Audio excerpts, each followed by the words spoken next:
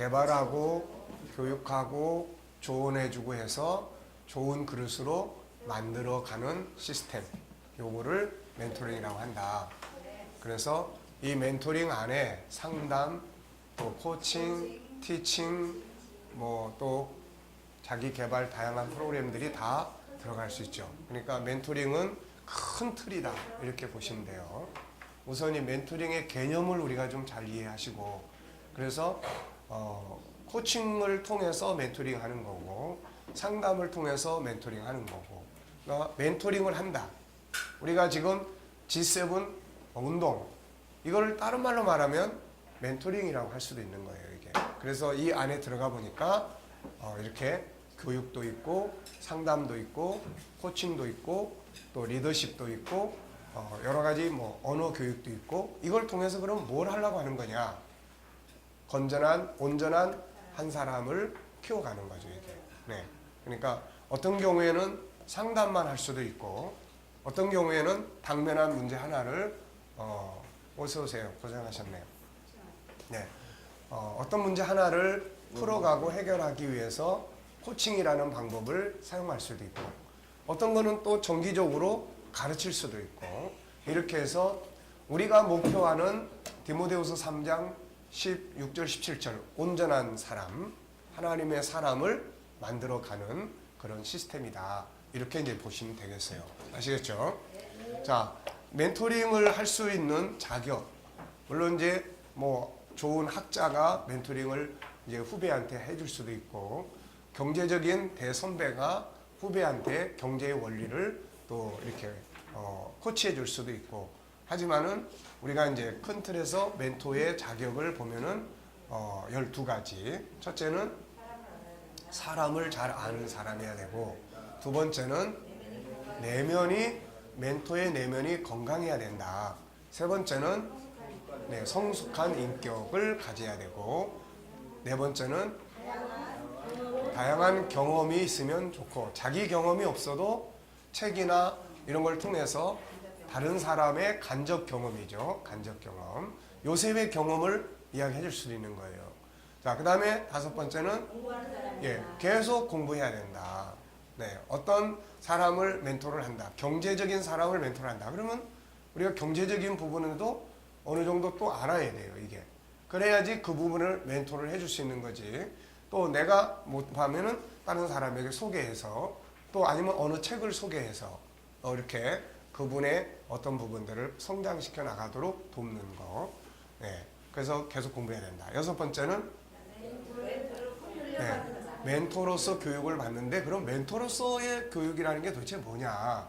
일단 우리가 말하는 멘토링의 교육은 이 책이에요, 이 책. 그래서 이 책 속에서는 멘토링을 할 수 있으려면은 최소한 하나님의 성품 5가지에 대해서는 충분히 인식하고 그거를 응용할 수 있으면 충분히 멘토로서의 자격증을 받을 수 있다. 네. 다른 거 이제 전문성과 관계된 것은 우리가 또 그 분야에 대해서 책도 보면 되는 거고, 또 거기에 분야에 연관된 사람을 소개해 줄 수도 있는 거고, 누구를 한번 만나보시라든지 어느 기관을 한번 방문해서 상담을 해보라든지, 이런 건 이제 우리가 소개를 해주면 되는 거예요. 그 다음에 이제 7번째는 자기가 살아가는 삶, 특히 인격적인 부분이나 어떤 인생의 방향이나 목표나 이런 거는 자기가 그 방향으로 가야 돼. 자기는 동쪽으로 가면서 너는 서쪽으로 가라, 이러면은 안 된다고, 이게. 그래서 모범적인 삶. 그 다음에 8번째는 재능을 개발해 줄 수 있는, 그 사람이 가진 재능, 그 사람이 가진 잘난트, 그 사람이 가진 어떤 것들을 이렇게 끌어내 줄 수 있는, 그걸 끌어내 주려면 어떻게 해요? 자, 우선은 이제 가장 중요한 게 이런 거예요. 우리가 어떤 사람을 대하다 보면은, 아이가 됐든 어른이 됐든 그러면은 내 마음에 우선 맞는 애들도 있어요. 똑똑하고 잘하고. 그런데 안 맞는 애들도 있어요. 안 맞는 애들도. 네. 그 안 맞는 애들이 하고 이제 이걸 멘토를 하게 되면은 멘토가 우선 짜증이 나고 속상하고 야단치고 싶고 한마디 해주고 싶고 이렇다고요, 이게. 이걸 이제 잘 절제를 해야 돼요. 멘토를 하든 코칭을 하든 리더십을 가르치든 뭘 하든 가장 기본 뼈대는 유일성의 존귀함이에요. 존귀함. 얘가 이렇게 행동하는 것도 지가 하나의 선택한 거기 때문에 그걸 존중히 여겨주는 것. 존중의 여김 속에서 그 다음에 좋은 점을 찾아내고 자꾸 멘토나 코치나 리더자는 항상 그 사람의 좋은 점을 자꾸 찾아내는 훈련을 해야 돼요. 좋은 점은 뭐지? 장점은 뭐지? 안 좋은 점을 자꾸 보고 쟤는 틀렸어. 쟤는 왜 저래? 이게 아니고 자꾸 좋은 점을 찾아내서 그거를 가지고 이제 존중히 여겨주고 장점을 활용할 수 있도록 같이 동행해주고 만들어주고 이런 게 필요한 거예요. 이게 이런 부분들이 이제 우리 멘토나 코치가 가져야 될 기본 자세예요. 그래서 모범적인. 그 다음에 또 하나는 재능 개발. 그 다음에는 뭐죠? 네, 이제 치유가 필요해요. 보통 이상한 행동을 한다. 그러면은 그 내면이 망가져 있는 거예요. 일단 그게 신경 조직이든 마음이든 뭐 잘못된 습관이든 어떤 그 뭐 이런 부분들이 누구한테 사랑을 받지 못했던 뭐 이런 것들이 다 이제 여러 가지 형태로 나타나는 거예요. 뭐 ADHD로 나타나고 양극성 장애로도 나타나고 막 이상하게 행동하는 것도 나타나고 막 이런 걸로 이제 자기의 존재감을 표시하는 거예요. 이게 그러니까 이런 부분들을 우리가 어떻게 왜 그래 쟤는 이거보다는 뒤에 숨겨져 있는 그 아픔과 살아온 삶과 인간관계와 이런 것들을 그쪽에다 관심을 둬서 그거를 이제 이렇게 고쳐갈 수 있도록 하는 것이 이제 필요해요. 그 다음에는 이제 뭐예요? 올바른 가치관과 목표. 리더자가 올바른 정신이 있어야 돼. 인생의 올바른 가치를 추구할 줄 알고 이런 게 있어야지. 리더자가 맨 돈이나 밝히고 또 세상에 엉뚱한 일이나 하고 뭐 이런 사람이 이 사람을 멘토한다. 그러면 이거는 안 되는 거죠, 이게. 그 아이의 정신을 흐려버려요, 이게. 얘는 모처럼 좋은 가치를 가지고 살라고 그러는데 멘토가 야, 뭐 가치가 밥 먹여주는 줄 아냐? 뭐 이래버린다든지. 뭐 이래버리면 이제 얘는 막 혼돈이 일어나는 거예요, 이게. 그래서 그런 부분들을, 물질을, 돈을 벌더라도 가치가 우선시 될 수 있는 올바른 가치 형성. 지금은 이제 그런 게 안 되기 때문에 애들이 돈을 벌어도 실패를 하는 거예요, 이게. 막 써버리거나 방탕하거나 잘못 사용하거나 가치가 훈련이 안 돼 있다 보니까 돈은 벌었는데 어떻게 수익이 생겼는데 상속을 받았는데 재산을 가지고 있는데 이걸 이제 어떻게 써야 될지 모르는 거야, 이게. 그러니까 이런 문제들에 대해서 그렇고 가난하고 없는 애들은 또 가치가 형성이 안 돼 있기 때문에 이게 가난하고 없는 상태 때문에 자기 인생을 포기해 버린다든지. 그러니까 없는 애든 있는 애든 중요한 거는 가치를 바로 세워주는 이런 것이 굉장히 중요한 거예요, 이게. 자, 그 다음에 11번째는 부모의 마음. 12번째는 영성. 기도를 그 사람을 위해서 기도해 줄 수 있는 리더자. 이게 참 중요한 거죠. 그 아이를 위해서 기도해 줄 수 있는 이거 굉장히 중요한 것입니다. 자, 그 다음에 이제 멘토의 목적. 우리가 멘토를 하는 목적 5가지 이야기를 했었는데 첫째는 뭐였어요? 당면한 문제를 해결을 해주고 답을 찾아주는 일에, 두 번째는 변화와 발전. 이 아이를 어떻게, 이 사람을 어떻게 변화하고 변화하지 않으면 안 됩니다. 막 윽박지르는 게 아니라 어떻게 변화를 만들어 갈 수 있도록 가이드를 해줄 거냐. 그 다음에는 세 번째는 리더십이에요. 이 시대적 리더십, 세계가 변화해가는 이 세계 속에서의 올바른 리더로서 꿈을 꾸고 올바른 리더로서 행동을 하고 올바른 리더로서 세상을 내가 변화시켜 가야 되겠다고 하는 그런 큰 꿈을 가지고 갈 수 있도록 하는 거. 그 다음에 이제 공익적인 삶을 살게 해야 된다. 이거는 참 중요한 거예요. 혼자만 잘 살겠다. 이건 안 돼. 이건 벌써 삐뚤어지는 거예요, 이게. 그러니까 우리 가정에서 아이들을 교육을 할 때도 부모들이 자기 아이만 딴 사람하고 공존한다는 걸 저는 생각을 못해요. 그러니까는 내 아이만 잘 되면 되고 내 아이만 공부 잘하면 되고 내 아이만 멋지게 살면 되고 이 개념, 이게 결국 그 아이의 이기주의. 그런 사람들이 사회에 나가서 왕따 당한단 말이에요. 고립돼 버리는 거예요. 그래서 항상 공익적인, 네가 이걸 가졌으면 어떻게 사용할 거냐. 사회를 위해서. 창세기 1장에 하나님께서 우리에게 하나님의 형상을 만들어 주셨고 그 안에 사랑성을 담으셨는데 이 사랑성의 가장 중요한 것은 공존이에요. 공존. 나 혼자 사는 게 아니라 상대방과 같이 살아가는 세상. 이게 천국이라고요, 이게. 나 혼자만 살아가면은 이게 뭐 안 되잖아요. 거기에 외롭고 병들고 다 그러는 거예요. 그러니까 관계 속에서 살도록 돼 있고, 우리가 늘 이야기했잖아요. 나하고의 관계, 다른 사람과의 관계, 환경과의 관계, 하나님과의 관계인데, 그 관계가 무슨 관계냐면 기계적인 관계가 아니라 사랑의 관계다, 이거. 사랑의 관계. 그러니까 이런 부분들을 올바로 인식을 하고, 공익적인. 그렇다고 해서 너는 남을 위해서 맨날 희생하고 살아야 돼, 이게 아니라는 거예요. 자기가 건강하고 그 다음에 함께 나누는 세상을 만들어야 된다. 이것이 이제 가장 중요한 거죠. 그래서 항상 내가 어떤 일을 하더라도 이게 나와 사회와 이 세상과 어떤 연관성을 가지고 있느냐, 그들에게 어떤 유익을 주고 있느냐, 어떤 의미를 가지고 있느냐, 어떤 영향력을 미치고 있느냐, 항상 이제 이런 게 중요한 거예요. 예수님께서 이 세상에 오신 거는 나만을 위한 게 아니라 나를 통해서 그분의 사랑이 전달되게 하시는 거예요.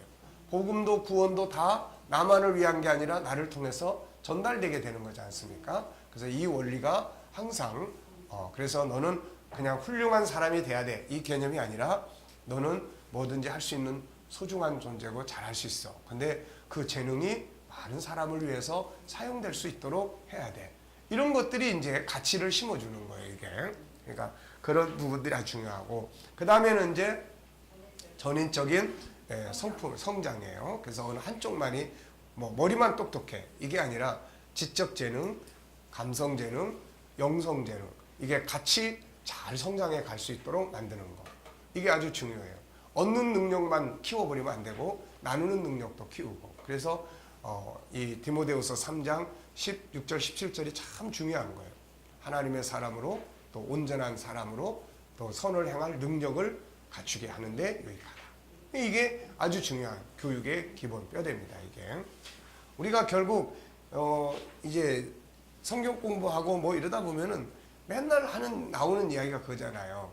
이웃 사랑, 복음 전파. 결국 복음 전파는 뭡니까? 다른 사람에게 내가 가진 것들을 같이 나눈다는 이야기거든요. 이게 이런 부분들이 이제 이루어져야 된다. 자, 요 책에서는 이제 그게 가장 핵심적으로 보시면 되겠어요. 자, 이제 6장을 보겠습니다. 가만히 우리가 몇 장까지 했죠? 6장 했어요? 이제 하면 되죠. 5장까지 했습니다. 자, 그래서 이제 6장은 멘토링의 궁극적인 목표, 전임 멘토링. 전임 멘토링이다. 그러면은 뭘 이야기하는 거죠? 금방 이야기 다 했는데, 전임 멘토링이라고 하는 것은 이 사람 하나를 전체적으로, 그러면 전체적으로 한다는 것은 하나님의 성품 5가지가 균형 있게, 5가지가 균형 있게 멘토를 해준다는 이야기예요. 그래서 하나님의 사람으로 온전하게 만든다. 멘토링은 모든 분야에서 이루어질 수 있다. 그러나 멘토나 멘티가 생각해야 할 것은 바로 궁극적인 목표다. 왜 멘토링을 하는 것이며 멘토링을 통해서 이루어야 할 건 뭔가. 내가 지금 누구를 멘토링을 한다. 어떤 단체를 멘토링을 한다. 그러면 물론 이제 1차적인 거는 그 사람들이 요구하는 주제가 있겠죠. 저는 이 부분에 대해서 좀 멘토링을 받고 싶습니다. 뭐 학습 문제, 아니면 나의 성격 문제, 인간관계 문제, 경제 문제, 뭐 여러 가지 이제 다양한 부분들, 또 신앙에 대한 부분, 여기 주제를 가지고 왔을 때는 그렇게 하면 되고, 그러면서도 이제 가능하면은 이 전인 멘토링을 해보시면 어떨까요? 우리가 마사지를 하더라도 뭐 합니까? 전신 마사지, 뭐 머리만 마사지 하고 다리만 하고 팔만 하고 이거보다는 전신 마사지 하는 것처럼 전인 멘토링, 어떤 주제를 가지고 왔지만 결국 그 주제를 풀어가면서 전인 멘토링의 중요성을 같이 나눠서, 그럼 전인 멘토링은 뭐 하는 거예요? 그러면은 원래 우리가 하나님의 형상대로 만들어졌는데 이게 회복이 되는 멘토링입니다. 그러면 그것을 회복하기 위한 멘토링은 어떻게 하는 건데요? 그래서 하나님의 성품을 전체적으로 공부를 하고 그 과정 속에 당신이 필요한 부분도 다 들어있습니다. 예를 들어서 재능 분야는 어디를 하면 돼요? 유일성의 두 번째 영역, 재능 개발에 대해서, 또 창의력 개발. 나중에 이제 이걸 종합적으로 이제 특별 프로그램으로 만들어내면은 뭐 그런 부분들을 다룰 수 있다. 또 성품에 대한 부분, 이거는 어느 영역을 하면 되죠? 거룩성의 성품의 영역을 다루면 돼요. 또 경제에 대한 문제를 다룬다. 이거는 어느 영역에 속한 겁니까? 경제. 예, 이것도 이제 재능이라든지 또 생각의 가치, 어떤 가치를 가지고 살 거냐에 대한 뭐 이런 부분들이라든지. 그러니까 하나씩 우리가 연결을 시켜놓고 보면 다, 그러니까 예를 들면 이런 거예요. 유일성은 얻는 능력이야. 경제를 얻는 능력. 인격성은 경제를 관리하는 능력이에요. 경제를 경영하는 능력이에요. 경영. 그 다음에 거룩성은 한마디로 말하면 잘 지키는 능력이야. 그 다음에 사랑성은 뭐예요? 잘 나누는 능력이야. 그 다음에 영원성은 그거를 내려놓는 능력이라고. 이제 내려놔야죠, 이제.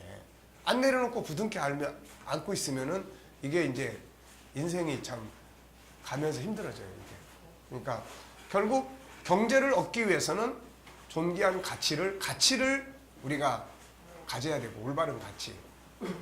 제대로 된 기업인들은 가치가 있어요, 가치. 돈을 버는 가치. 이걸 선택을 하는 가치, 이런 게 있다고요. 그 다음에는 이제 재능에 통해서 이제 재능 발전을 통해서 얻어. 그러면 이제 그거를 관리를 해야 될 거 아니에요. 이제 경영, 생각하고 또 다른 사람과의 관계에서 하게 하고 이제 이런 부분들. 이걸 이제 거룩한 특징들을 가져야 그걸 오래도록 지킬 수가 있는 거예요. 다 타락하고 하니까 그게 추락해버리는 거니까. 그 다음에 얻는 목적은 뭐예요? 얻는 목적은 나누기 위한 거예요. 우리가 뭘 얻는다는 것은 나누기 위한 거지, 그거 혼자만 붙들고 살다가 가자는 이야기가 아니거든요. 내가 뭘 얻었어. 그럼 나누는 거예요. 은혜를 받았어. 그럼 나누는 거예요. 재물을 얻었어. 그럼 나누는 거예요. 근데 얻는 목적은 나누는 거고, 우리가 나누기 위해서는 뭐가 있어야 돼요? 우리가 뭐 세상 사람들 기부다 뭐다 다 이렇게 하지만 가만 보면은 있으니까 할 수 있는 거예요, 이거. 그러니까는 우리가 나누기 위해서는 또 뭐가 필요해요? 얻어야 되는 거고. 그래서 하나님은 우리에게 얻을 수 있는 능력도 주시는 거예요.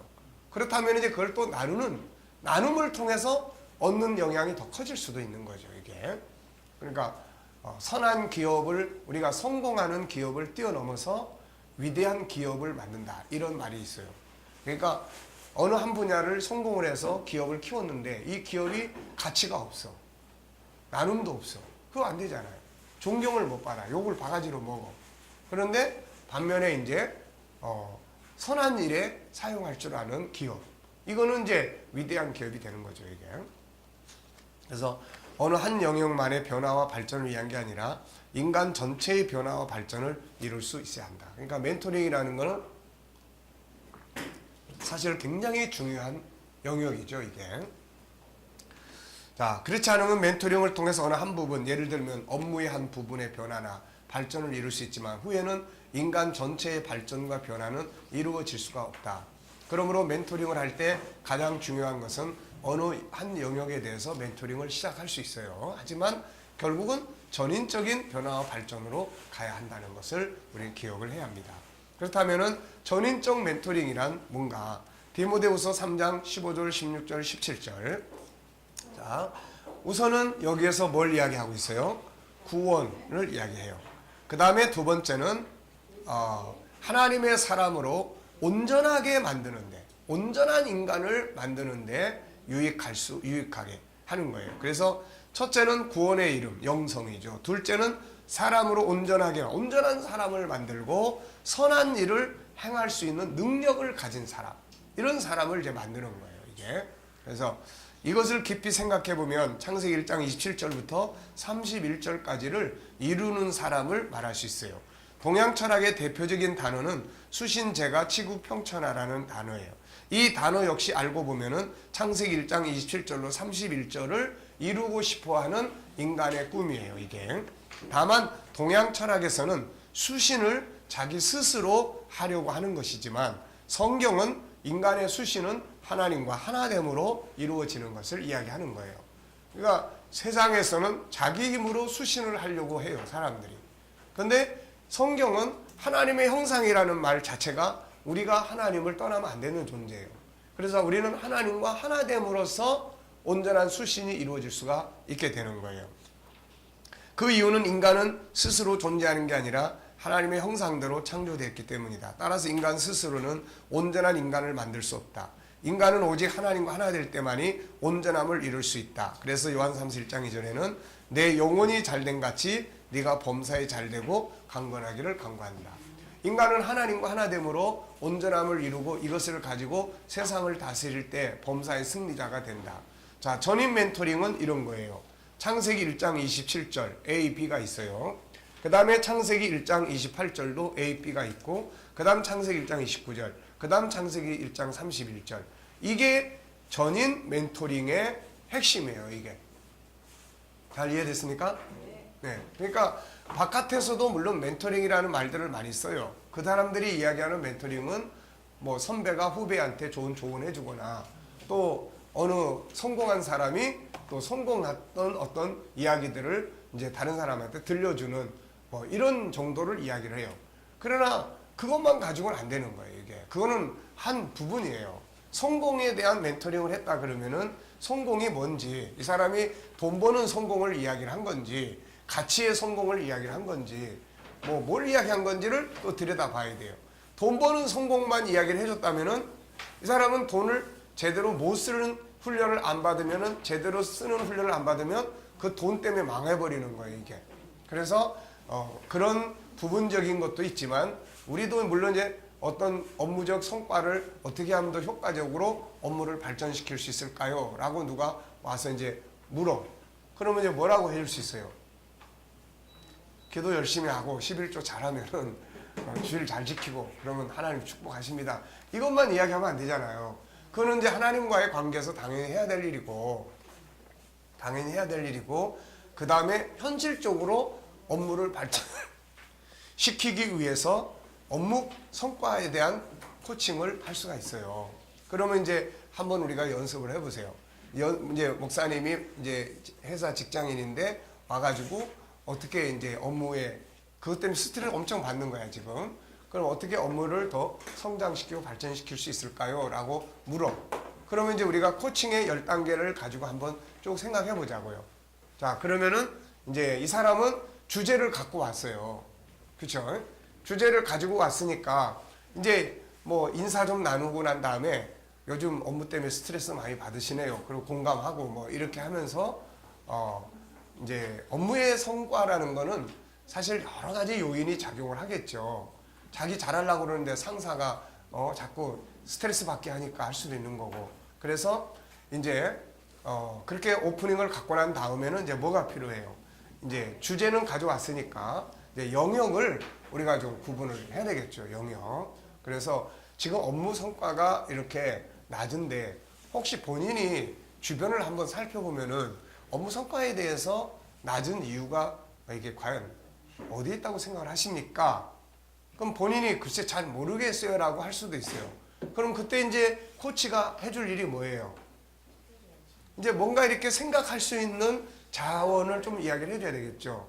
인간관계 때문일 수도 있고 업무가 익숙하지 않아서도 그럴 수 있고, 결혼한 사람 같으면 가정생활이 막 부부관계가 안 좋다든지 또 자식과의 관계 때문에 문제가 생긴다든지 뭐 이런 거, 아니면 또 너무 급하게 한다든지 또 회사 내에서도 뭐 인간관계 때문에 문제가 생길 수도 있는 거고, 그러면 그런 이제 다양한 자원들, 주변을 이렇게 분석을 해주는 거죠, 이게.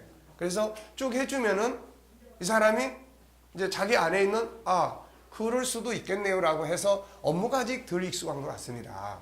그러면 이제 어떻게 업무를 익숙하게 할 것인지에 대한 코칭을 시작을 하면 되는 거예요, 이제. 그래서 그렇게 지금 이런 상태가 뭐 이제 영향력이 어디까지 미치고 있는지, 지금 무기력해져 있고 답답해 있고 회사 갈 마음도 안 생기고 이제 이런 상황.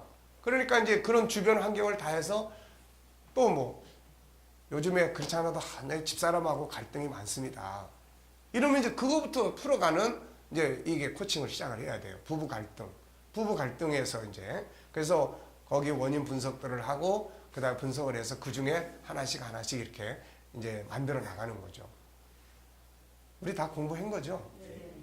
네, 다 할 수 있죠? 네. 네. 그러니까 예, 어렵게 생각하지 말고 일단 주제를 가지고 온 사람. 근데 아무것도 안 가지고 그냥 저 좀 오늘 뭐 좀 좋은 말씀 좀 해주세요 라고 와서 그럼 뭔 이야기를 하는지 그냥 어떤 분은 한참 이야기 해놓고 이런 이야기를 해요. 아니 나도 지금 뭔 이야기를 하는지 잘 모르겠는데 네, 그러면 이제 우리가 들으면서 체크를 자꾸 해요. 이렇게 계속 반복되는 이야기라든지 정말 팩트가 뭔지 정말 이 사람이 말하고 싶어하는 그 실제 사건이 무엇인지를 우리가 이제 찾아내야죠. 네. 자, 그래서 그런 부분들도 우리가 이제 물론 다 다루어 줍니다. 또 다루어야 하고 뭐 그렇다고 우리가 또 만능은 아니에요. 우리가 만능이 돼서 그렇다고 뭐 그 사람의 사업을 100%막 성공시켜 주거나 사업이 잘 안 되는 사람이 와서 어떻게 사업이 좀 잘 될 수 있는지 좀 말씀 좀 해주세요라고 왔는데 이런 경우에 우리가 이제 할 수 있는 게 뭡니까 이제 그래서 이제 분석 같은 건 같이 할 수 있어요. 사업하는 방식이라든지 또 새로운 방법 뭐 사용해 보신 방법들이 있는지 또 뭐 지금 하고 있는 방법이 위치라든지 본인이 생각할 때 또 뭐 주민들에게 또 사람들에게 피드백 같은 것도 한번 받아봤는지 또 이런 음식에 대한 것이 뭐 이렇게 본인이 생각했을 때 이게 이렇게 되는 어떤 이유들이 있을 텐데 그 이유 분석을 좀 해봤는지 그래서 여러 가지 이제 그런 상황들을 뭐 장소가 안 좋은 건지 또 뭐 예를 들어서 그렇잖아요. 여러분들 김밥 이야기 많이 하지만은 김밥 재료 다 아시죠? 김밥 재료 뭐 들어가요? 밥, 네.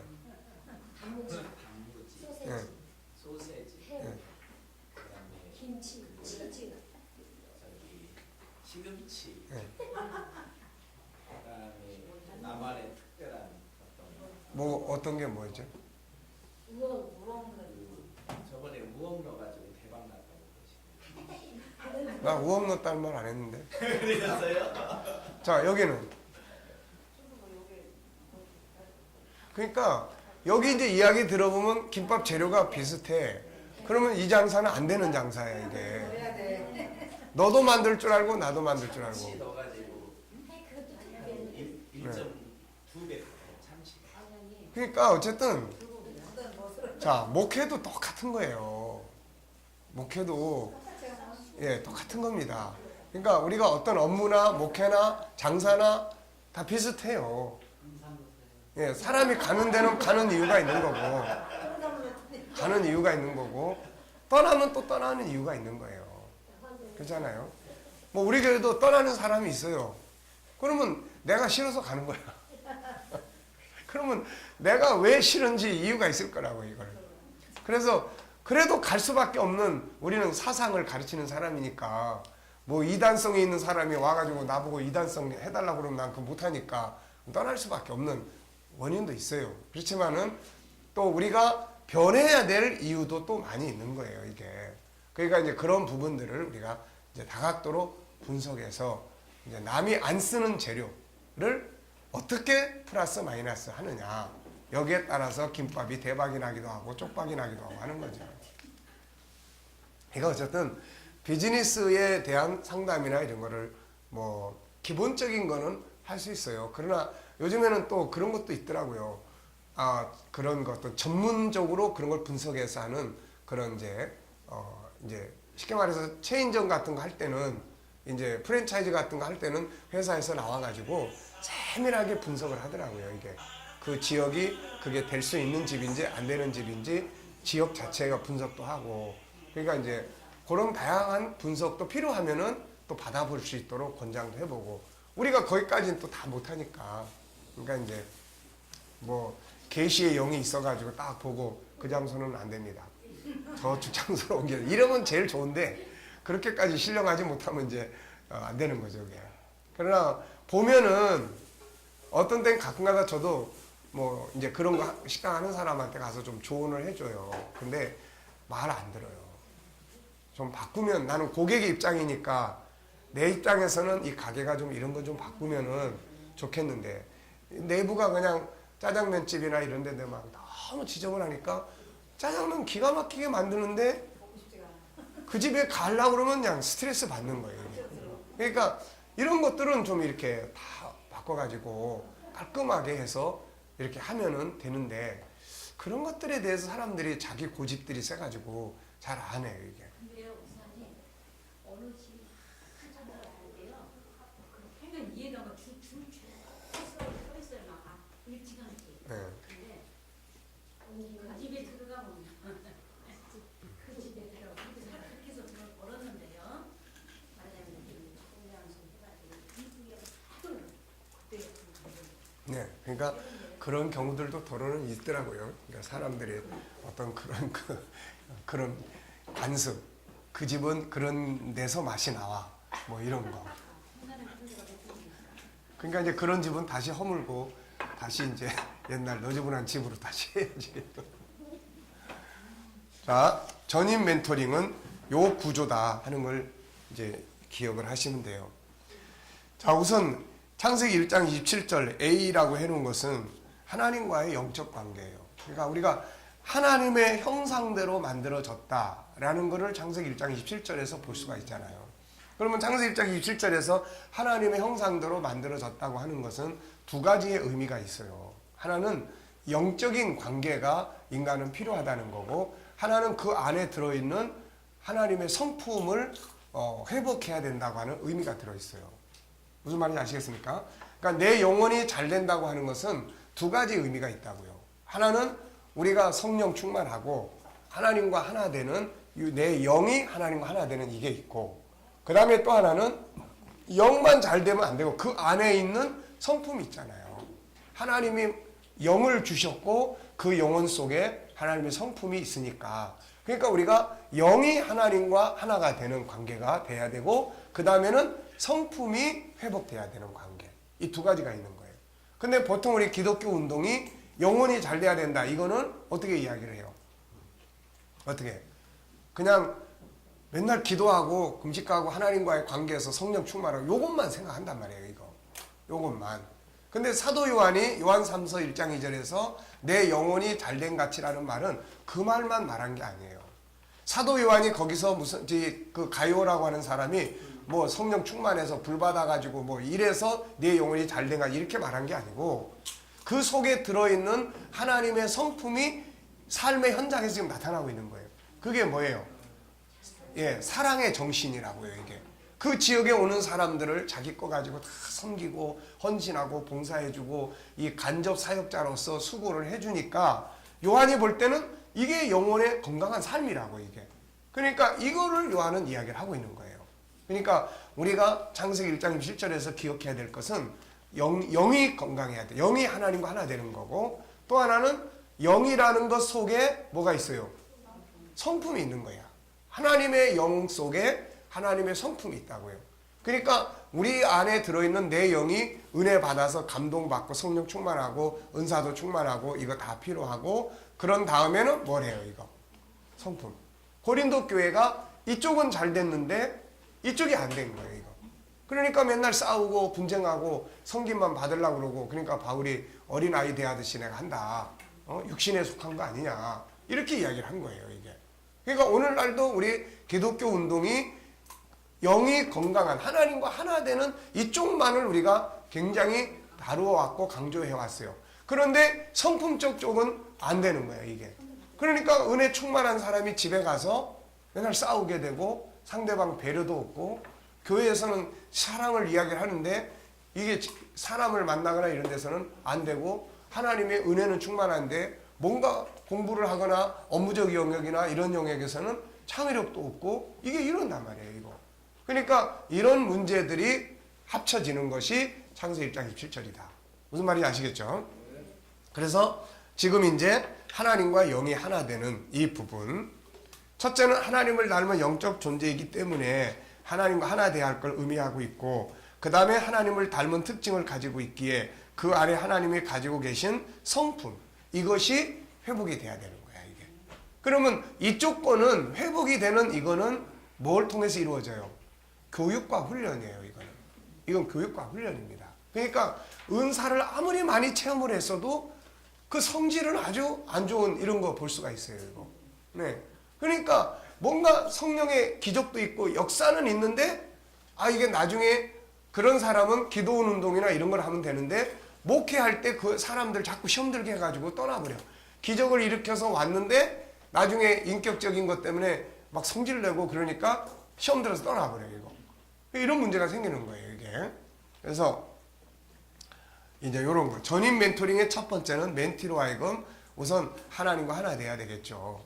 근데 이거는 기독교 신앙생활을 어느 정도 한 사람들은 그게 가능한데 처음 믿는 사람들은 영이 하나님과 하나 되는 이쪽보다는 먼저 자기의 현실적인 문제들을 다루어 나가고 이런 걸 통해서 이게 하나님의 성품이라는 것을 이제 이야기를 하고 그 다음에 하나님의 성품을 이해하고 내가 하나님을 닮은 사람이구나라는 걸 이해하면 그 다음에 하나님과의 관계를 좀 만들어 보시죠 해서 이쪽을 이제 다루어 갈 수가 있어요. 기도에 참석한다든지 뭐 한다든지 이런 거. 어떤 사람은 상담을 하는데 이 사람은 방언하는 것 때문에 놀래가지고 이제 그 기도회나 이런 데를 안 간다고 그러더라고. 그러니까 얼마나 이게 오해돼 있어요, 지금. 그래서 그 사람은 지금 상담을 먼저를 해요. 그 아픈 마음 치료에 먼저 공부시키면서 그런 걸 통해서 이해를 많이 시켜야 돼요, 이게. 이해를. 저도 옛날에 중학교 때 이제 그 학교가 있는 옆에 이제 그게 그때 당시 아마 사립학교였던 것 같아요. 제가 다니던 학교가. 근데 이제 그 교회가 있는데 제가 기숙사에 있으면은 막 새벽마다 막 소리를 지르고 막 그래서 나는 그때 그 이제 어렸을 때인데 그게 무슨 생각이 들었냐면 이게 무슨 정신병자들이 이게 격리해 놓은 장소인가 보다 생각을 했는데 나중에 보니까 그건 아니고 그렇게 기도를 열심히 하는 교회예요, 거기가. 막 부르짖고 하니까. 그러니까는 이제 믿음이 어리거나 아직 이해가 안 됐을 때는 그게 완전히 미친 사람들처럼 그렇게 보이는 거죠, 이게. 근데 또 영적인 관계는 또 그렇게 해야 돼, 또 이게. 하나님과의 영적 관계, 성령 체험하고 뭐 은사 체험하고 은혜 체험하고 하는 거는 그렇게 돼야 돼, 이거. 그렇게 안 되고 교육해가지고 성령이 충만해지고 이거 아니야, 또 이거. 그러니까 그거는 또 그렇게 미치게 만들어야 되고 이건 교육과 훈련을 통해서 만들어야 되고. 예.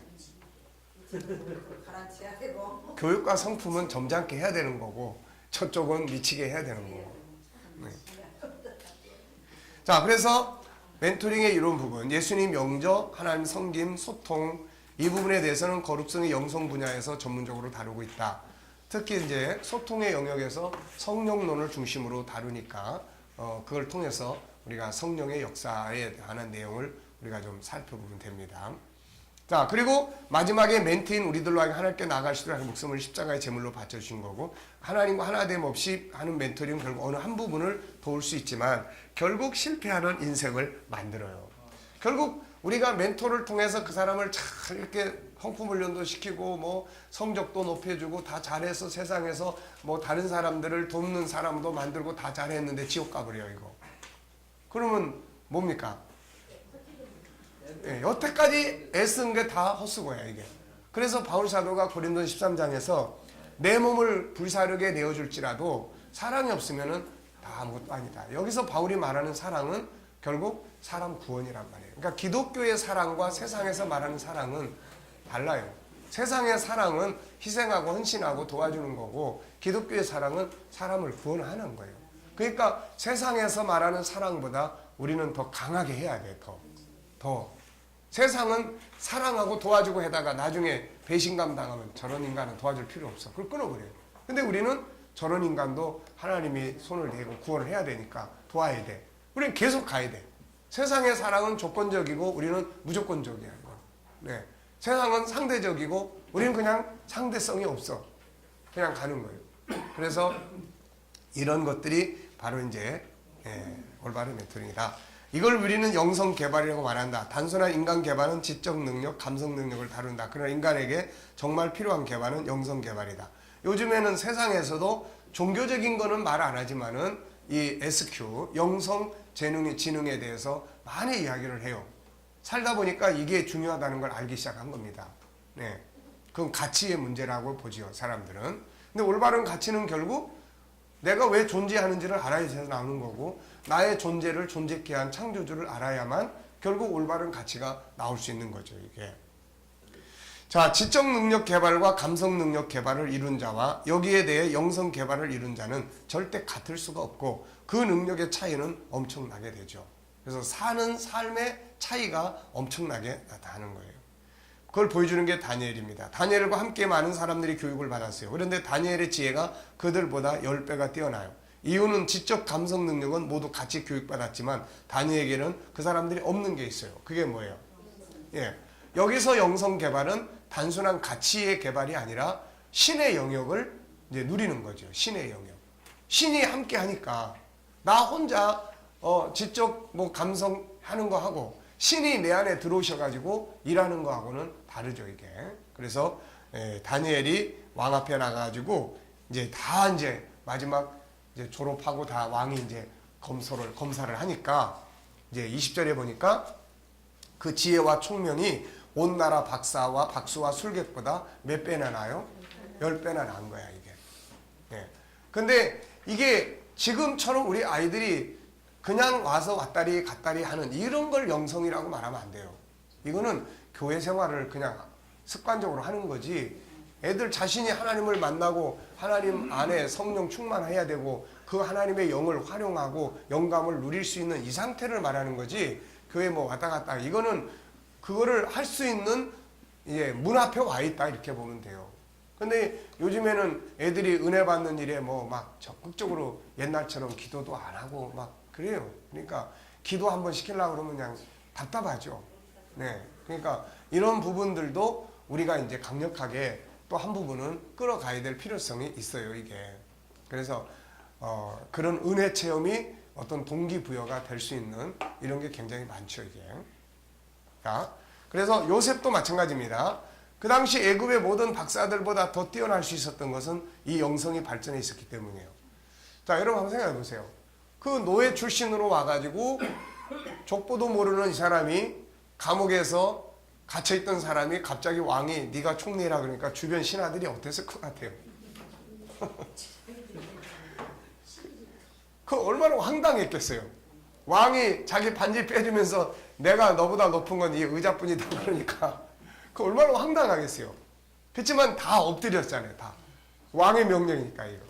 네, 그러니까는 참 이런 황당한 가운데서도 결국 요셉이 성령의 감동을 통해서 재능이 빛을 발하기 시작한 거죠. 그래서 나중에 이제 사람들은 보통 요셉의 그 이제 애굽에서 내려가서 노예가 돼서 총리가 되고 이런 것만 생각하지만 총리로서의 그가 그 업무를 처리해 나간 걸 보면 굉장히 탁월한 사람이에요, 이 사람이.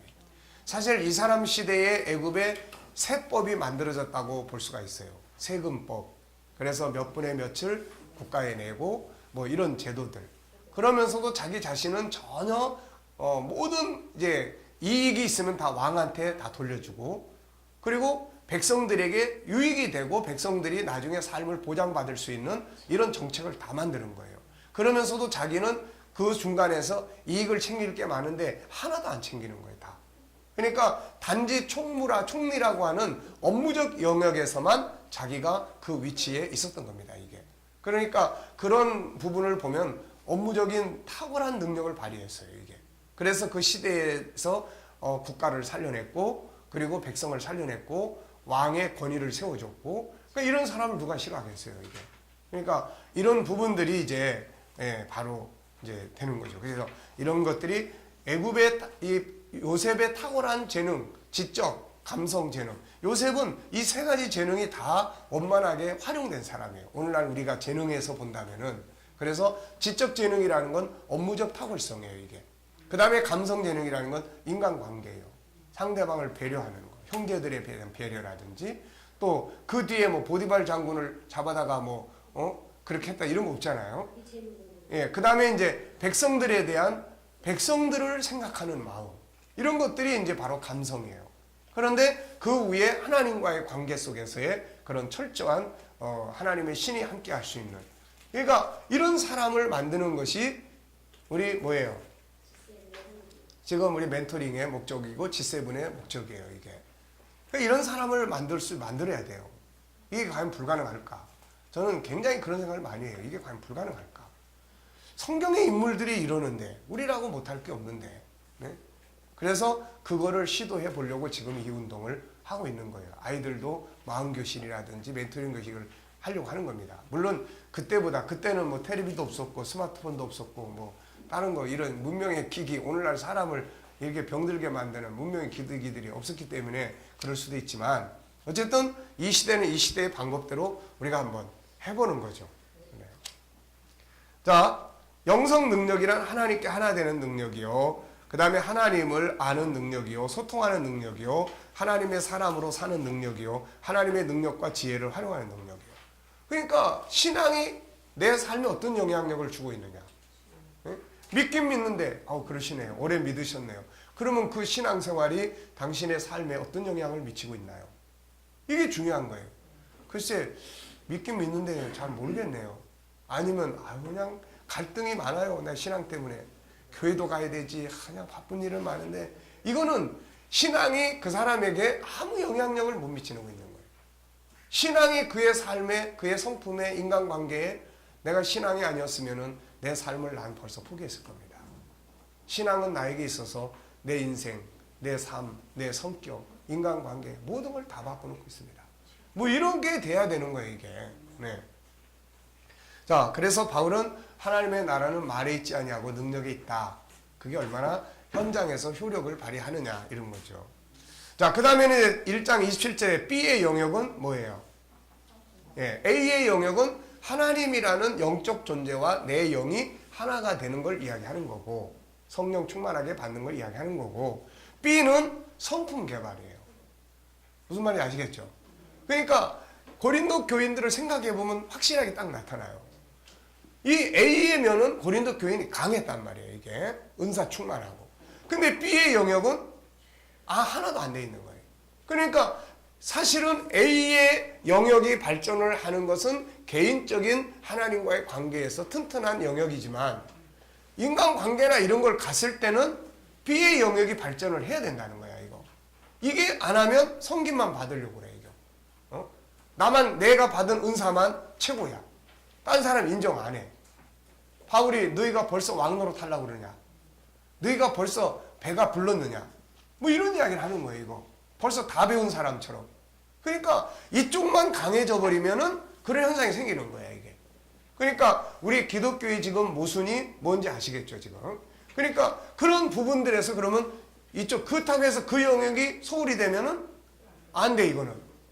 그건 절대 안 되는 거야. 그래서 우리가 성품 운동을 하더라도 그 영역을 강화시켜야 돼. 성품은 어느 정도 교육이 돼서 되는데 그 본질 자체가 하나님의 영에 사로잡혀 있지 않으면은 이건 또 안 되는 거야, 이거. 그래서 세상의 교육의 한계점이 그거예요. 세상에서 아무리 뭐 자기 개발 운동을 하고 멘토링을 하고 뭘 해도 결국 돈 많이 그걸 통해서 성공했는데 엉뚱한 데 간다든지 그거 올라가다가 나중에 좌절해서 그만둬버린다든지 마지막에 가서 지옥 가버린다든지 이렇게 되면 아무것도 아니야, 이게. 그래서 이거를 균형 있게 우리 리더자들은 균형이에요, 균형. 악플을 이끌어가는 리더자가 목적지를 알아야 된다고요. 내가 성도를 이끌어가는 목적지가 어딘지, 어디로 이끌어가야 되는지. 그러면서 때로는 느슨하게 이야기를 하지만 이 느슨한 끈을 통해서 점점 가야 될 목적지로 끌고 가는 게 리더자예요. 그러니까 따라가는 사람은 몰라 지금 어디로 가는지. 근데 리더자는 알아야 돼, 이거를. 내가 어디로 이들을 이끌어 가야 될 건지. 우리가 G7 운동을 해. 뭐 이런 아이들 교육 뭐 이런 거 다 해. 근데 도대체 이거 언제 끝나는 거야, 이거? 이거 밑도 끝도 없는 것 같고 도대체 어디로 데리고 가는 거야, 이거? 누가 물어봐. 이거 도대체 언제 끝나고 해놔서 뭐 하는 거예요? 그러면은 글쎄 나도 모르겠네, 뭔지. 이렇게 하면 안 돼. 목적은 뭡니까? 이거예요, 이거. 이거를 통해서 정말 온전한 사람을 만드는 거다. 그 온전한 사람은 뭐냐? 하나님과 하나 되고 그 안에 있는 하나님의 성품을 개발해서 이 세상을 이끌어가는 좋은 리더십을 갖고 그 속에서 본인의 행복과 다른 사람들의 행복을 만들어내고 궁극적으로는 그의 삶을 통해서 하나님의 영광이 하나님의 살아계심이 나타나도록 만들기 위한 거다.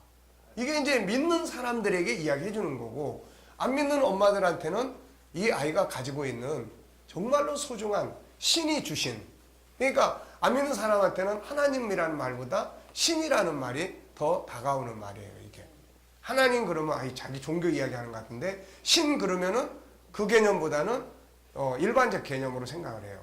그래서 가끔가다 이제 엄마하고 안 믿는 엄마하고 이야기 나누다 보면 신을 닮은 게 좋아요. 엄마 닮으면 더 똑똑할 것 같아요.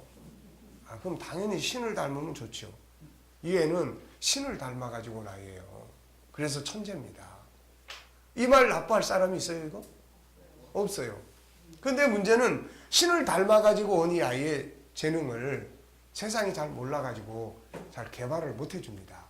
그래서 신이 닮은 천재적인 아이를 우리가 다 바보로 만드는 게 이 세상의 모습이에요. 가정도 그렇고. 엄마는 어떠세요? 이 아이 속에 있는 재능을 개발해 줄 수 있습니까? 개발해 주고 있나요? 그러면 이제 그때부터는 내가 이제 끌고 가는 방식이 되는 거야, 이게 이제. 네. 그러니까 그렇게 되면 이제 우리가 이런 운동을 하는 거는 신을 닮은 이 아이 속에 있는 재능을 이 아이는 1%도 못 쓰고 갑니다. 그러면 되겠어요, 안 되겠어요? 그러니까 이 아이는 재능을 우리가 이거를 끌어내서 세상의 좋은 리더자로 만들기 위해서 이 운동을 하는 겁니다. 이제 이렇게 설명을 해주면은 본인이 공감을 하고 좋아하죠, 이게. 그러니까 뭐 이 아이가 하나님을 닮았기 때문에 하나님의 형상을 회복해서 하나님의 영광을 나타내고 이거는 이제 안 맞는 말이야. 안 믿는 사람한테는 이제 그건 우리끼리 이야기고 이제 궁극적으로 이 아이가 그 공부를 하다 보면은 자꾸 하나님을 만나. 자꾸 책 속에서 하나님 이야기가 나오니까 자꾸 하나님 만나는 거야. 그러니까 그 과정을 통해서 점점 이제 가게 되고 본인이 이걸 하면서 아이가 좋아지고 발전하면은 그 다음에 뭐 교회를 가거나 뭐 하거나 이제 별로 부모가 좋아지는데 뭐 좋아지는 걸 가지고 나빠할 사람은 없어요, 이게. 그러니까 그래서 이제 두 번째 창세기 1장. 그래서 창세기 1장 27절은 우리가 G7의 마지막 G7의 과정은 창조의 질서를 실현하는 거예요, 이거. G1, G2, G3, G4, G5에서 성품을 공부하고 G6는 삶의 현장에 의해서 우리가 이미 가면서 그거를 이제 현장에서 사용을 하지만 나중에 종합적으로 한 권쯤에서 그 문제를 다루게 될 거예요. 그리고 난 다음에 뭐예요, 이제? 마지막은 이제 G7은 뭐예요? 이거야. 창세기 1장 27절로 31절을 완성하자는 거예요. 창조의 질서를 완성하자는 거예요. 예수님은 창조의 질서를 완성하기 위해서 십자가에서 우리가 어긋난 죄를 책임져 주셨기 때문에 이제 우리가 할 일은 그 하나님의 이 십자가 안에서 이제는 얻은 그 법적 자유를 가지고 우리가 할 일은 다시 창세기 1장 27절과 31절의 창조의 질서를 실현하는 교육과 훈련을 우리는 해야 된다는 거예요, 이게. 그게 십자가 안에서 우리가 해야 될 일이에요, 이게. 자, 그래서 이제 그런 5가지를 이야기합니다. 전임 멘토링의 두 번째 단계는 역시 창세기 1장 27절이 이루는 일인데 그 영이 하나님과 하나 될 뿐 아니라 그 안에 들어있는 하나님의 성품을 개발하고 사용하게 하는 일이다. 이것이 세상을 다스리는 능력이다. 여기에 보면은 제가 치국 평천하. 수신은 이제 세상은 자기 스스로 수신하려고 그러고 우리는 하나님과 하나 되는 거야 수신이 되는 거야, 이게. 무슨 말인지 아시겠죠? 그래서 세상은 온전함이 안 되는 거야, 이게. 그런데 인간은 이런 말을 한단 말이에요. 왜? 이거는 인간의 본능이기 때문에 그런 거예요. 그러면 이제 수신이 다음에 이루어졌어. 그러면 이제 뭐가 이루어져야 돼? 제가 치국 평천하가 이루어져야 돼. 이건 뭐가 돼야 돼요? 그래서 먼저 수신이 이루어지고 마찬가지로 하나님과 하나님 사람이 이제 그 안에 있는 신의 성품을 회복해야 돼요. 그래야 제가는 뭐예요? 가정이에요, 가정. 가정이라고. 그러니까 이 가정을 잘 이제 다스려야 돼요. 가정의 행복이 이루어져야 되는 거예요. 가정의 행복이. 그래서 가정의 행복을 이루고 나면은 치국이 나와, 이제. 이건 뭐예요? 나라예요, 나라. 이게 이루어지고 나면 그 다음 뭐예요, 이제? 온 세상을 이제 다스리게 되고 이제 이렇게 만들어 가는 거죠. 이것이 28절이에요. 그러므로 멘토링은 어느 한 부분을 키우는 게 아니라 5가지 성품 전체를 키워야 그 5가지 성품이 내 가정을 통치를 해야 돼, 이게. 근데 창세기 3장이 통치를 하면 창세기 4장이 되는 거야. 그러니까 창세기 1장 27절에 5가지 성품이 통치를 하면 창세기 2장이 되는 거야. 에덴 동산. 근데 창세기 3장의 성품이 통치를 하면 창세기 4장이 되는 거야. 창세기 4장이 뭐예요? 예, 각과 을의 관계, 힘의 논리, 물질 중심, 쾌락과 향락, 그리고 살인, 분쟁, 이런 거야, 이거. 그러니까 예수님이 십자가에 죽으신 것은 창세기 4장으로 가지 마라. 가지 말고, 네. 이게 바로 골로새서 1장에서 바울이 뭐라고 그랬어요? 그리스도 안에서 우리가 그분의 나라로 옮기셨다. 이제 우리는 옮겨놓은 거야. 현장은 세상이지만 우리의 법적 틀은 그분의 나라 안으로 옮겨놓은 거야. 그러니까 이제는 우리가 그분의 나라의 사람으로 이 세상을 살아야 되는 이 싸움을 해야 되는 거예요, 이게. 네. 자, 그래서 창세기 1장 27절에 5가지 성품이 가정을 다스리느냐. 그래서 우리가 가정쌤이나 부부쌤이나 이런 걸 이제 하면서도 이게 이제 가장 중요해요, 이제. 이게. 당신의 가정에 창세기 1장 20절에 하나님의 성품이 통치를 하느냐. 아니면 창세기 3장이 통치를 하느냐. 우리가 이례적인 어떤 세미나나 이런 걸 통해서 화해를 시키고 뭘 하고 다 해도 그 다음에 그 속에서 창세기 1장 27절의 성품이 크지를 않으면 다시 원위치 된다 이거예요. 다시. 그러니까 항상 우리가 그런 어떤 이례적인 순간적인 세미나를 통해서 동기부여를 만들어주고 그런 다음에는 계속 교육을 통해서 성품 교육을 통해서 성장을 시켜줘야 돼. 이게 말하는 법도 키워줘야 되고 이게 말을 10개를 알면 10개밖에 못 써. 근데 10개를 통해서 화해를 했어. 근데 이제 그 다음에 10개가 다 끝나. 그러면 또 더 많은 언어를 사용할 수 있도록 훈련을 해야 되는 거야, 이게. 그래서 이제 이런 것들이 같이 복합적으로 이렇게 이루어져야 된다.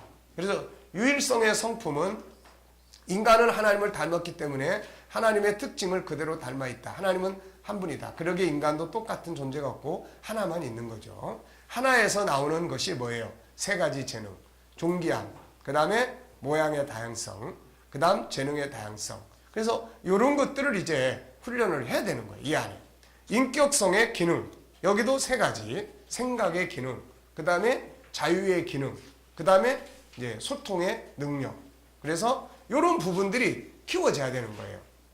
자, 예를 들어서 자유의 기능. 인간이 행복을 누리기 위해서 이 기능이 활성화돼야 한다. 자기를 자유케 하고 다른 사람을 자유하게 하고 자유한 자로 선택과 결과에 대한 책임 있는 자세. 이런 사람으로 키워가야 되는 거야. 예, 네가 선택을 해서 네가 결과를 네가 감당해야 되는 거야. 선택과 자유. 또 책임. 자신과 타인을 기계나 종처럼 다뤄서는 안 되고 자유를 존중하고 인정할 수 있는 능력. 그리고 억압으로 고통받는 사람들을 치유하고 자유케 할 수 있는. 이게 커지니까 링컨이나 또 영국의 그 사람 같은 경우는 이제 노예 해방 제도들을 만든 거예요. 사회적 해방을 위하고 그렇게 이제 소통의 능력. 인간은 자유하고 스스로 생각하는 존재예요. 그래서 소통을 위해서 인간을 동물처럼 다루거나 막 윽박지르거나 이건 절대 안 되는 거예요. 이거 동물을 다루듯이 하거나. 그래서 이런 데서 우리가 뭘 키워야 돼요? 언어의 기술을 키워야 되고 듣는 훈련도 하고. 창세기 1장 27절에서는 이게 다 그냥 다 됐다고요. 이게 다 균형 있게. 질문, 코칭, 리더십, 거룩성의 기능, 영성.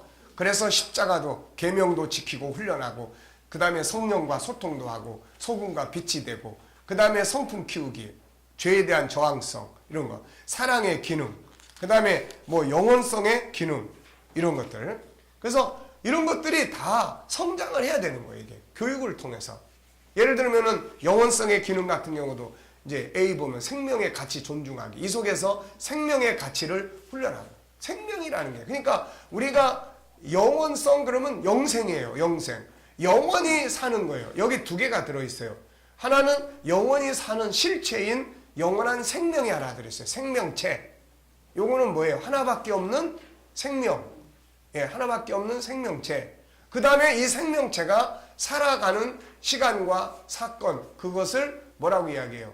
그거를 삶이라고 이야기하는 거예요. 그러니까 생명과 삶.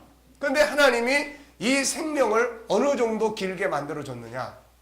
영원히 살도록 만들어놨다는 거예요. 영원한 생명체. 그러니까 당연히 그 다음에 뭘 알아야 돼요? 영원히 살아야 될 곳을 알아야 되고, 하나는 오늘의 여기서의 내 생명체, 내 생명을 소중히 여기고, 그 다음에 이 생명 하나밖에 없는 생명체가 살아가는 시간, 삶 자체를 아주 중요하게 생각하고 살아야 되고, 그 다음에 하나는 이 생명체가 영원히 살게 될 그 나라를 알아야 되는 거예요. 이게. 그래서 두 번째에서 그 나라를 알고, 그 나라는 이런 나라야.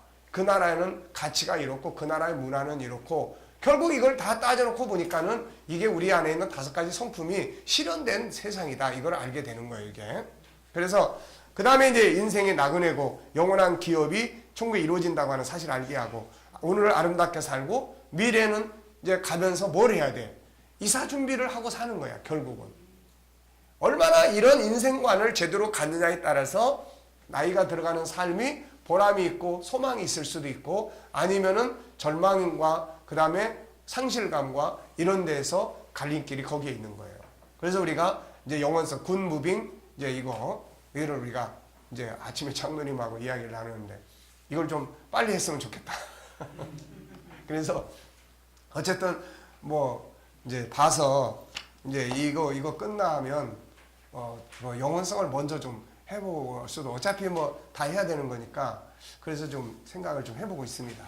뭐 그러니까 교재는 뭐 천국 공부야 우리 이미 다 했던 거니까 흐름만 정리를 하고 이제 앞부분만 좀 정리를 하면 되니까, 그 장로님이 빨리 좀 서두르셔가지고 좀 했으면 좋겠다고 그래서. 네. 네, 지금 우리 교회도 그 공부할 사람들이 많아 이제. 예, 이 연세 드신 분들이 많으니까.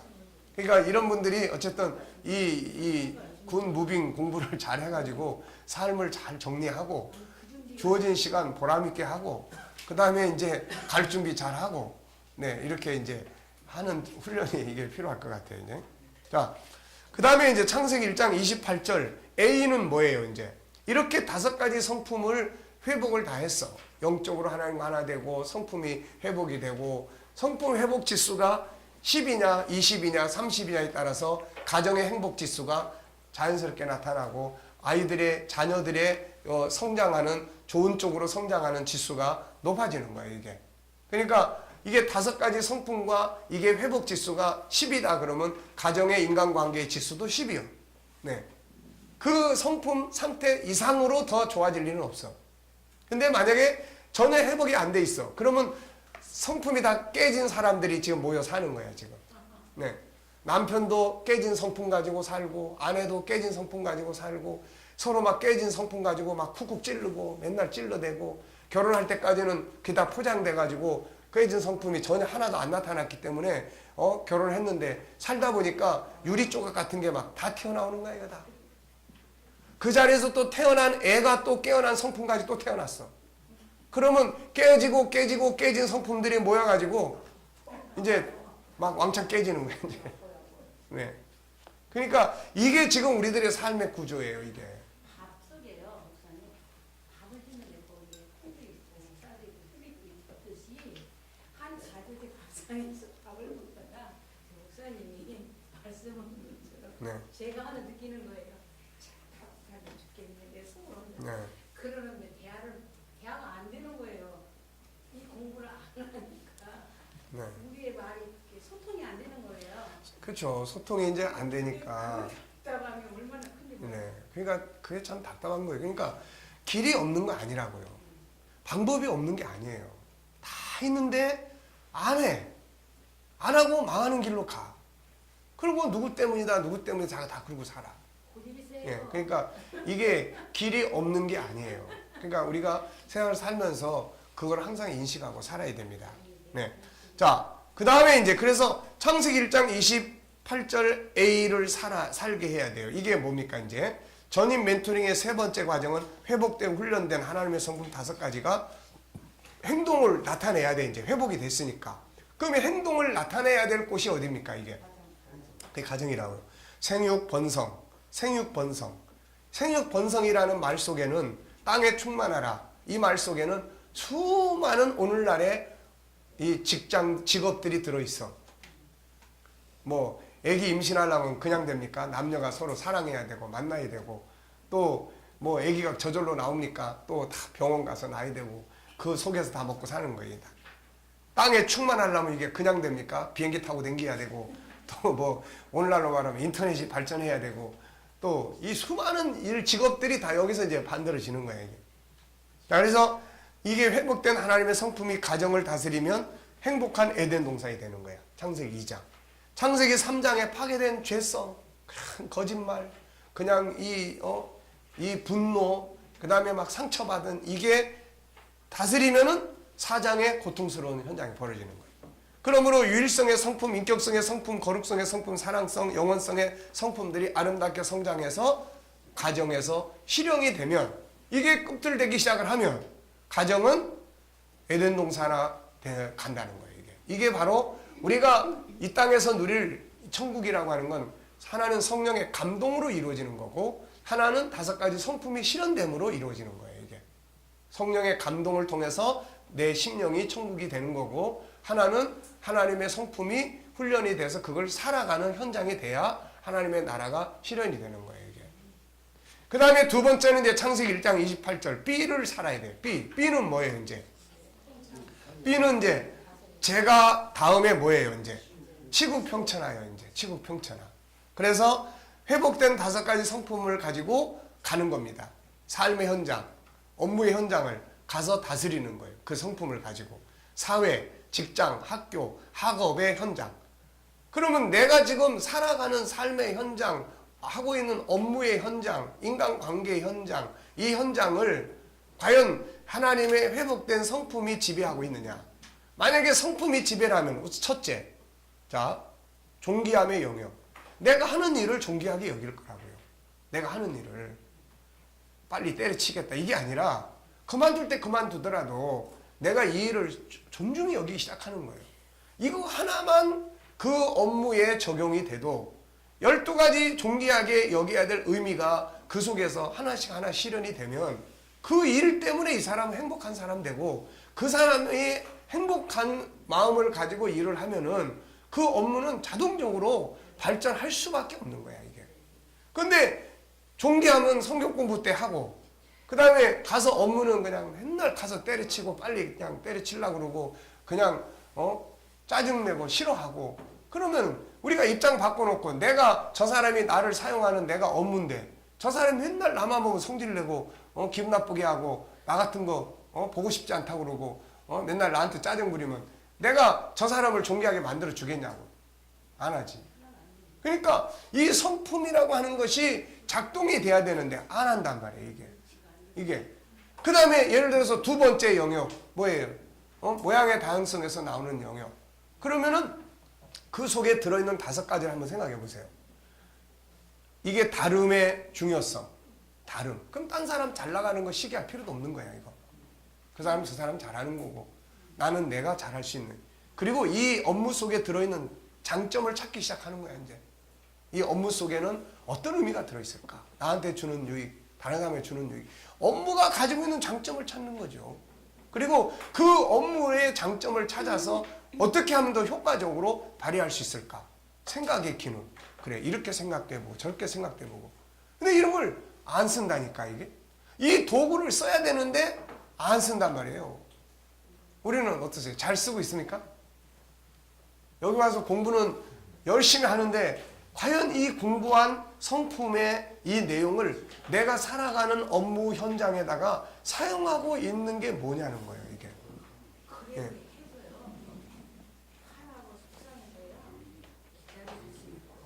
네.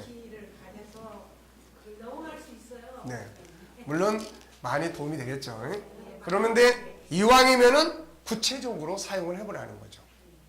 어떤 일에 대해서, 인간관계에 대해서 생각의 기능을 사용해보든지 아니면 주님과 소통의 영성 방법을 사용해보든지 주님 이럴 때 어떻게 하면 좋겠습니까?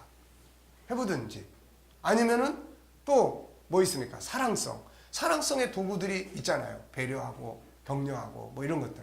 이런 걸 사용해보든지 우리가 사용을 해보면은 그런 부분들이 치유에 자유케 하는 이런 거. 자, 5성품을 활용해야 될 영역은 너무나 많다. 우선 G6에서 소개하는 것만 10가지나 이야기를 했죠. 가정, 직장, 경제, 교육, 문화, 정치, 교회, 관계, 심리, 치료, 리더십. 이 속에서 이런 것들을 사용을 해보는 거예요. 회복된 5가지 성품이 다스릴 현장은 성공하지만 창세기 3장에 망가진 5가지 성품이 지배해요. 부정적이고 짜증내고 절망적이고 시기질투하고 그냥 얼렁뚱땅 하려고 그러고 상처받은 마음으로 그냥 짜증내고 탄식하고 이런 모습으로 업무를 대해보세요. 이게 그런 모습으로 사람을 대해봐요. 이거 안 되죠. 그래서 직장이든 학습이든 회복된 5가지 성품이 통치하게 해보라. 기존의 잘못된 습관보다 그 결과 어떻게 나타나는지 살펴보면 놀라운 현장을 보게 된다. 그게 다스리는 거예요. 그게 창세기 1장 29절에 이제 열매를 얻게 되는 거야. 이게 좋은 열매가 이제 괜찮은 사람이네. 인정도 받게 되고 저 사람한테 맡기면 돼. 리더십도 주어지게 되고 자기가 수고해서 보상도 받게 되고 이렇게 되는 거예요. 열매. 그리고 나면 이제 1장 31절에 결과가 오지요. 인생이 좋은 거예요. 행복한 거예요. 행복이라고 하는 것은 기쁘고 즐거운 건데 그거는 나와 네가 다 같이 잘 될 때 행복이 오는 거예요. 이게. 자, 그래서 하나님이 보시기에 심히 좋더라. 하나님이 보시기에 좋은 세상, 좋은 가정, 현장이 이루어지고 행복한 삶이 이루어지고 성공의 삶이 이루어져요. 보람이 있는 거예요. 즐거움이 있는 거예요. 그 즐거움은 내가 뭘 얻었다는 데도 있지만 내가 올바르게 살아가는구나 라고 하는 데서 오는 자기의 5가지 성품을 살아가는 자기답게 살아가는 데 대한 그 가치와 의미에서 진정한 기쁨이 오는 거예요. 이게 진정한 기쁨.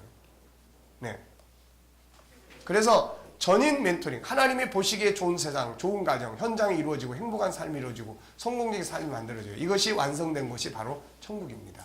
전인 멘토링은 이처럼 한 사람의 삶을 위대한 성공으로 이끌어가는 길이에요. 이게 아시겠죠? 자, 멘토가 알아야 할 중요한 부분이 무엇입니까? 멘토링을 진행하는 멘토가 알아야 할 중요한 부분은 마음속에는 2개의 나무예요. 그리고 하나는 끌림의 법칙이에요. 이게 인간의 구조입니다. 이거 우리 마음교실 애들 속에 있는 그림인데 이게 사람 속에 2개 있죠. 창세기 1장 20절, 창세기 3장. 어느 걸 키우냐는 거예요. 이 속에서 멘토링의 역할은 뭐예요? 이쪽 걸 키워주는 거예요. 멘토링은 오른쪽 거를 자꾸 지적하고 야단치고 훈계하는 게 멘토가 아니고 이쪽 거 왼쪽 거를 키워주는 것이 멘토고 코치고 부모가 이쪽 걸 키워주는 능력을 가져야 되는 거예요.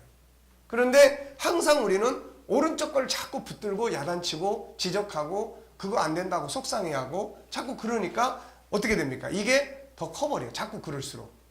그러니까 지도, 교사, 리더자, 코치, 멘토 다 부모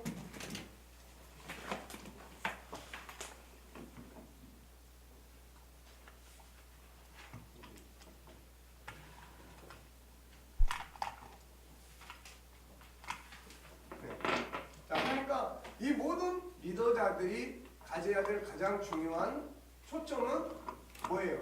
잘못된 거를 자꾸 이야기하고 훈계하고 지적하고 이거 왼쪽 거 자꾸 건드리는 게 아니에요. 이거 그게 아니고 뭘 하는 거예요?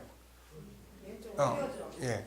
오른쪽 거 건드리는 게 아니고 왼쪽 거를 건드리는 거예요. 이거 좋은 점 자꾸 꺼내주고 자꾸 잘하는 점 그 지금 멘토링하는 중학생이 어제 나한테 문자가 왔어요. 오늘은 왜 멘토링 안 오셨어요? 그러는 거예요. 얘가 지금 지난 주간에 나하고 실컷 지금 다음 주는 목사님이 지방 출장 가니까 토요일 날 할 수 있으면 하자 그랬더니 지가 토요일 날은 시간이 안 된대. 그러면 한 주간 쉬자. 분명히 그러고 왔는데 그건 이제 어디다 다 까먹고 오늘 왜 안 오셨어요? 그래서 제가 어떻게 해야 됩니까 이제? 그래도 고마운 거야. 그러니까 일단 고맙다고 해야 돼. 연락해줘서 고맙다. 그 고맙다도 안 하고 아무개 양 연락 줘서 고마워요. 이렇게. 그런데 지난번에 이렇게 이야기를 했었는데 목사님이 지금 지방 내려와 있어요.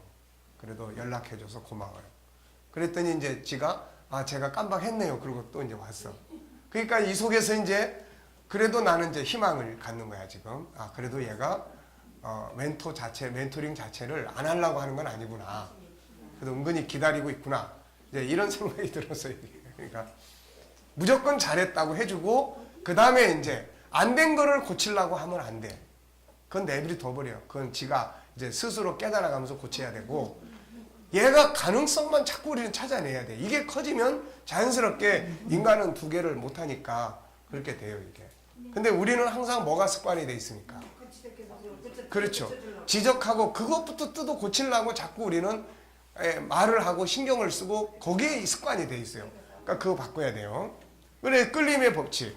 그래서 이 끌림의 법칙은 그러니까 여기 보면은 자 로마서 7장 20절에 보세요. 내가 원하지 아니하는 그걸 하면 이를 행하는 자는 내가 아니고 내 속에 있고 하는 죄다. 그러니까 죄를 건드리는 게 아니고 이 사람을 본체 이 사람 자체를 키워주는 거예요 이게. 제가 이 G7을 하기 전에는 이 로마서 7장의 이 이야기를 잘 이해가 안 됐어요. 그냥 단순히 우리 안에는 그냥 이렇게 선한 하나님의 뜻대로 살고 싶은 마음도 있고 그런가 보다 했는데 이거를 연구하면서 너무 확실하게 이건 진짜 내가 아니다. 근데 이건 내 안에 있는 죄성이다. 그러니까 진짜 나를 키워줘야 되는 거야. 영혼의 성품을 영혼을 키워줘야 되는 거야. 그러고 보니까 바울이 계속해서 성장에 대한 이야기를 하는 것들이 다 이해가 되는 거야. 이게 뭘 성장을 해야 된다는 건지. 네, 그러니까 참 나가 키워져야 되는데 이게 안 크니까 성인 아이가 돼버린다는 거예요. 어린 아이가 돼버리는 거예요. 고린도서 13장에서 내가 말하는 게 어린 아이 같고 생각하는 게 어린 아이 같고 이런 이야기가 그래서 나오는 거예요. 이게. 그래서 그 다음에 끌림의 법칙. 이게 두 개의 우물. 우리가 문제를 자꾸 건드리면 건드릴수록 어느 쪽이 자꾸 끌려 올라와요. 네. 문제를 지적하면 상대방은 방어하기 위해서 더 거짓말을 해. 더 성질을 내. 그걸 자기를 방어하기 위해서. 내가 성질을 내면은 이 사람은 아유 죄송해요 이렇게 나오는 게 아니고 더 방어를 하려고 내가 뭘 그렇게 잘못했어요. 더 세게 나오는 거야 이게. 그러니까 지금 우리가 문제를 붙들고 씨름을 하면 이걸 더 강화시키는 역할만 하고 있다는 거예요 이거. 그러니까 그거 그냥 다. 그래서 지도자는 그거를 안 보고 이쪽에 좋은 점을 수고하고 애쓰는 점을 볼 수 있는 눈을 갖는 것이 그 지도자예요. 그게. 예수님이 요한복음 9장에 소경을 보고 소경을 놓고 제자들하고 예수님이 보는 관점이 다른 거예요. 제자들은 지금 뭐라고 이야기했어요? 이 사람이 자기 죄 때문입니까? 누구 죄, 부모 죄 때문입니까? 자기 죄 때문이라고 하는 것도 기분 나쁜 이야기고 부모 죄 때문이라 하는 것도 기분 나쁜 이야기예요. 그러니까 이 제자들은 보는 관점을 잘못 보고 있어요 지금. 예수님은 하나님의 하시는 일을 나타내기 위한 거다. 이건 희망을 주는 거야 이게. 그러니까 좋은 점 뭔가 하나님이 그 일을 통해서 일하시려고 하는 어떤 그런 역사 이거를 말해주고 찾아내야 돼. 좋은 점, 잘할 수 있는 점, 가능성 있는 점을 찾아내고 애쓰는 점을 찾아내주고 이걸 격려해주면 그쪽이 자꾸 크는 거야. 그리고 그렇게 말해주는 사람하고 자꾸 만나고 싶은 거야 이게. 그래서 대화가 되고 소통이 되는 거예요. 네, 아시겠죠? 자, 10분간 휴식하겠습니다.